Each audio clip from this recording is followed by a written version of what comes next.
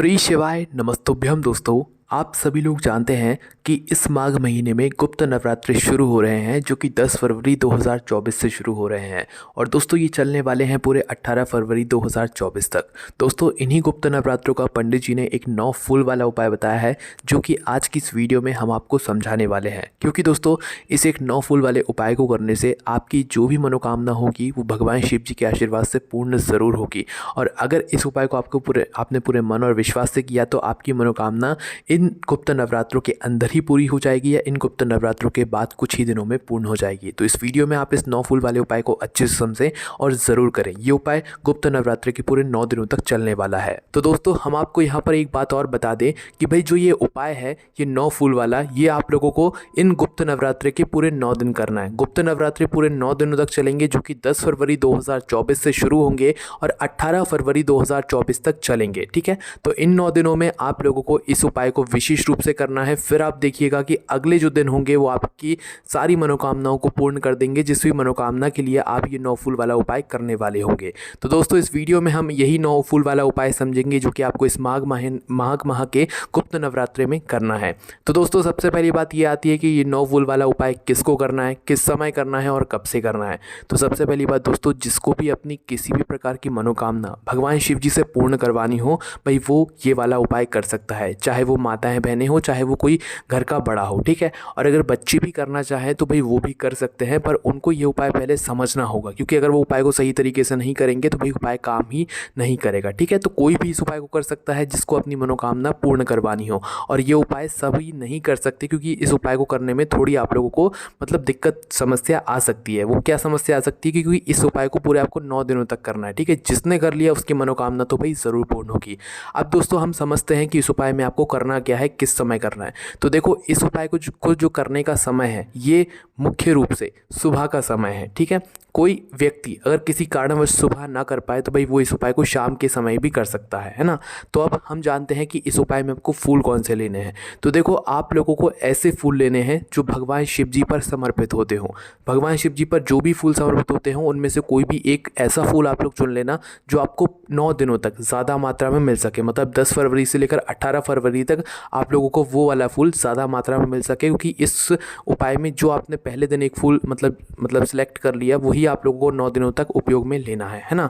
जैसे कि उदाहरण के लिए हम लोगों ने कनेर का फूल ले लिया, तो पहले दिन जब हम 9 कनेर के फूल लेंगे तो भाई यही कनेर के फूल हमें ज़्यादा मात्रा में जो है पूरे 9 दिनों तक मिलने चाहिए। ऐसे आप लोगों को फूल देखने, ठीक है, चाहे वो गुलाब का हो, चाहे वो सफ़ेद फूल हो, चाहे आप खरीद कर भी लाएँ तो भी कोई दिक्कत वाली बात नहीं है, बस आपको 9 दिनों तक वह फूल आसानी से मिल जाए। इस बात का आप लोग ध्यान रखिएगा, है ना। तो करना क्या है दोस्तों, गुप्त नवरात्रि का जो पहला दिन है मतलब 10 फरवरी का जो दिन है, इस दिन से आप लोगों को ये वाला उपाय करना शुरू करना है। तो पहले दिन आप लोगों को 9 फूल लेकर आने हैं। आपको जो फूल ज़्यादा मात्रा में मिल जाए, जो भगवान शिव जी पर समर्पित होते हों, वो फूल चुनना। हम आपको कनेर के फूल का बता रहे हैं, ठीक है, क्योंकि कनेर के फूल भी अगर आप लोग लेते हैं तो ये आपको ज़्यादा मात्रा में आसानी से मिल जाएंगे, क्योंकि इसका पेड़ जहाँ पर भी लगा होता है उसमें ज़्यादा से ज़्यादा मात्रा में फूल आते रहते हैं, है ना। तो भैया आपको क्या करना है, 9 कनेर के फूल लेना है गुप्त नवरात्रि के पहले दिन मतलब 10 फरवरी को। ठीक है, 9 कनेर के फूल आप लोगों ने तैयार कर लिया, आप लोगों ने पहले से तोड़ कर लेकर आ गए। इसके साथ में दोस्तों एक आपको दीपक भी तैयार करना है। किस चीज़ का दीपक तैयार करोगे, ये दीपक आप तैयार करोगे आटे का। ठीक है, एक मीडियम साइज़ का दीपक, उसके अंदर रखोगे गोल बाती और इसके अंदर डालोगे शुद्ध देसी गाय का घी। क्या डालोगे, शुद्ध देशी गाय का घी, और गोल पत्ती का ये दीपक जलाएगा, क्योंकि भगवान शिव जी के लिए हम ये वाला उपाय कर रहे हैं, मतलब गुप्त नवरात्रि में कर रहे हैं, है ना। तो भाई करना क्या है इस उपाय में, 9 कनेर के फूल आपके पास तैयार हैं, साथ ही में एक दीपक भी तैयार है, और प्रातःकाल सुबह सुबह मुख्य रूप से ये वाला उपाय करना है। पर किसी कारणवश अगर सुबह आप लोग ना कर पा रहे हो तो भाई शाम के समय प्रदोष काल में भी आप इस उपाय को कर सकते हो। पर इस बात का ध्यान रखना कि सुबह अगर इस उपाय को कर रहे हो तो पूरे 9 दिनों तक सुबह ही आपको इस उपाय करना है, और शाम के समय प्रदोष काल में कर रहे हो तो भाई पूरे 9 दिनों तक शाम के समय प्रदोष काल में ही आप लोगों को ये वाला उपाय करना है। इस बात का ध्यान रखना, ठीक है। तो आपको करना क्या है, आपके पास 9 कनेर के फूल हैं, आपने दीपक भी तैयार कर लिया है ना।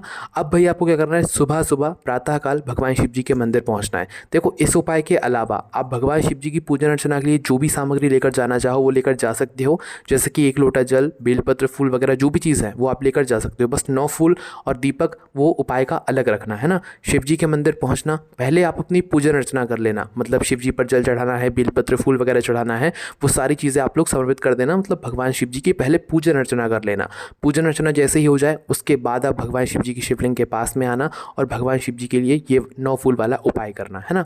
तो करना क्या है दोस्तों, सबसे पहले आप लोगों को अपने जो दीपक आप तैयार करके लेकर आए हो अपने घर से, इसे घर से जलाकर नहीं लाना है, इसे मंदिर में ही आकर जलाना है और अपनी ही माचिस से जलाना है, मंदिर की माचिस से नहीं जलाना है, इस बात का भी ध्यान रखना है ना।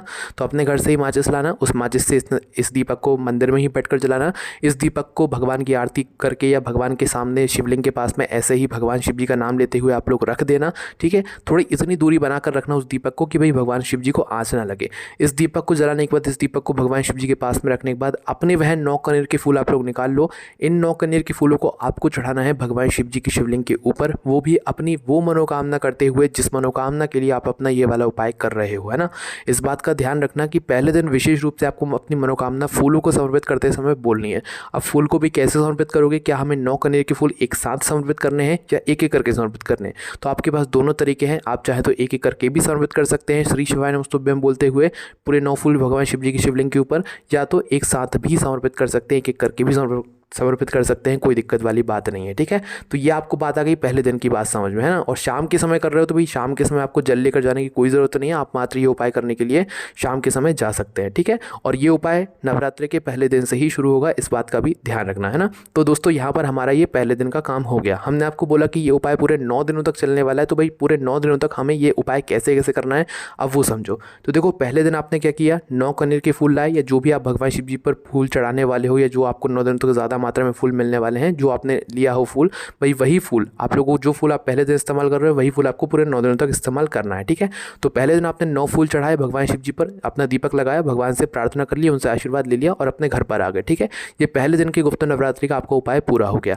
अब दूसरे दिन आपको क्या करना है, जो फूल आप पहले दिन लेकर गए थे वही फूल आपको दूसरे दिन भी लेना है, मतलब तोड़कर लाना है, जहाँ से आप लेकर आए थे वहीं से लेकर आना है, ठीक है। मतलब जहाँ से भी आपको मिल रहा हो वहाँ से लेकर आना है। बस पहले दिन जो आप 9 फूल लेकर गए थे, बस गुप्त नवरात्रि का जो दूसरा दिन होगा उस दिन यही फूल डबल हो जाएंगे, मतलब 9 से सीधा 9 और जुड़ जाएंगे, तो वो 18 फूल हो जाएंगे। कितने हो जाएंगे, 18 फूल। तो वही 18 फूल आप लोगों को लेना है, एक घी का दीपक तैयार करना है, भगवान शिव जी के मंदिर पहुंचना है, दीपक लगाना है भगवान शिव जी के लिए, और ये 18 फूल भगवान शिव जी की शिवलिंग के ऊपर समर्पित कर देना है। एक एक करके भी चढ़ा सकते हो, एक साथ भी चढ़ा सकते हो, कोई दिक्कत वाली बात नहीं है, ठीक है। विशेष रूप से पहले दिन मनोकामना बोलना जरूरी है, जरूरी नहीं कि आप हर दिन मनोकामना बोलो, बस हाँ ऐसे मन में भाव रखकर आप भगवान से प्रार्थना जरूर कर सकते हो कि भगवान हमारी ये मनोकामना है, आप इससे जरूर पूर्ण कीजिएगा, है ना। तो भाई दूसरे दिन आप लोगों ने क्या किया कि 18 फूल चढ़ाए, मतलब पहले दिन 9 चढ़ाए तो 9 में 9 और जोड़ दिए तो 18 हो गए, है ना।